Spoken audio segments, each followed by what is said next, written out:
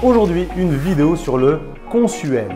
À la fin de cette vidéo, vous saurez la procédure intégrale pour faire un bon consuel.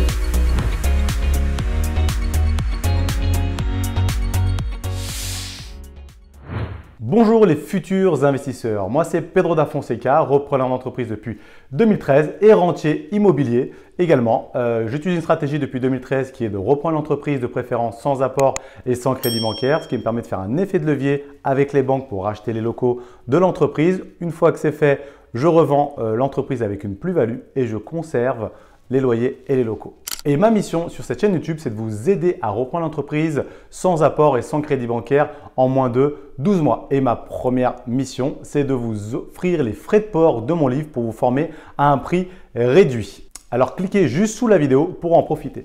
Alors, maintenant, on va dans le vif du sujet. Donc, je pose le décor. Donc déjà, qu'est-ce que c'est que consuel? Donc un consuel, c'est l'attestation de conformité. On ne va pas rentrer trop dans les détails pour ne pas vous faire mal au crâne, mais c'est l'attestation de conformité de votre électricité. D'accord? Donc quand vous rénovez, donc là je suis dans un immeuble que je viens de finir de rénover. Donc comme c'est aux yeux d'Enedis, la première fois qu'on va le mettre en location, on doit faire un consuel qui lui va venir voir si tout est en conformité. Ce qui est normal en réalité pour voir si tout est aux normes. Déjà, en tout cas, sachez une chose, souvent les artisans peuvent vous dire que non, mais ce n'est pas à vous de faire le consuel. D'accord? C'est-à-dire que vous devez surveiller qu'il soit bien fait, mais c'est à l'artisan de faire le consuel, de payer déjà dans un premier temps et ensuite de faire la visite du consuel. Vous pouvez être présent, mais c'est à l'artisan d'être sur place parce que c'est lui qui doit attester tout ce qu'il a fait. Donc déjà, surtout ne vous faites pas avoir par rapport à ça. Donc, comment ça se passe? Donc, une fois que tout le chantier est terminé, votre artisan, l'électricien, doit appeler le consuel. Vous avez sous la vidéo le numéro du consuel. D'accord? Vous verrez. Vous avez juste à appeler après. Donc, lui, il doit appeler ce numéro-là. Normalement, il est censé connaître. Qui ensuite doit payer chaque… Là, il y a 5 immeubles où je suis. 5 appartements, pardon. Pour 5 appartements, il faut payer une attestation par appartement. Après, je vais vous expliquer quelles sont les attestations à payer. Mais il ne paie pas une fois pour les 5. Il doit payer, c'est une centaine d'euros par appartement. D'accord? Donc ça, c'est très important. Donc là, déjà, je vais vous détailler les 4 types d'attestations à prendre. Mais avant d'aller plus loin, surtout si vous ne savez pas trouver de deal, vous ne savez pas par où commencer, vous ne savez pas lire un bilan, enfin bref, si vous avez des problématiques sur la reprise d'entreprise ou l'investissement immobilier, vous pouvez rejoindre, il y a 2 choses à faire. Soit vous rejoignez le groupe Facebook uniquement pour les repreneurs d'entreprise ou pour les investisseurs immobiliers, juste en dessous, ou alors une formation 100% offerte en dessous, l'un ou l'autre, ou alors les deux. Donc maintenant, on passe aux 4 types d'attestations. Le premier type d'attestation, c'est l'attestation jaune. Donc celle-ci, c'est vraiment pour les logements. D'accord, les compteurs électriques, les logements. Donc, ceux qui nous intéressent. Ensuite, le deuxième type d'attestation, c'est l'attestation verte. Donc, celui-ci, c'est à usage non domestique, typiquement pour les entreprises. Donc, celle-ci, dans le cas présent, ne m'intéresse pas vu que c'est un immeuble de rapport ici. C'est à usage domestique. Donc, nous, c'est les jaunes qu'on veut. Donc là, la verte, c'est pour les professionnels plutôt.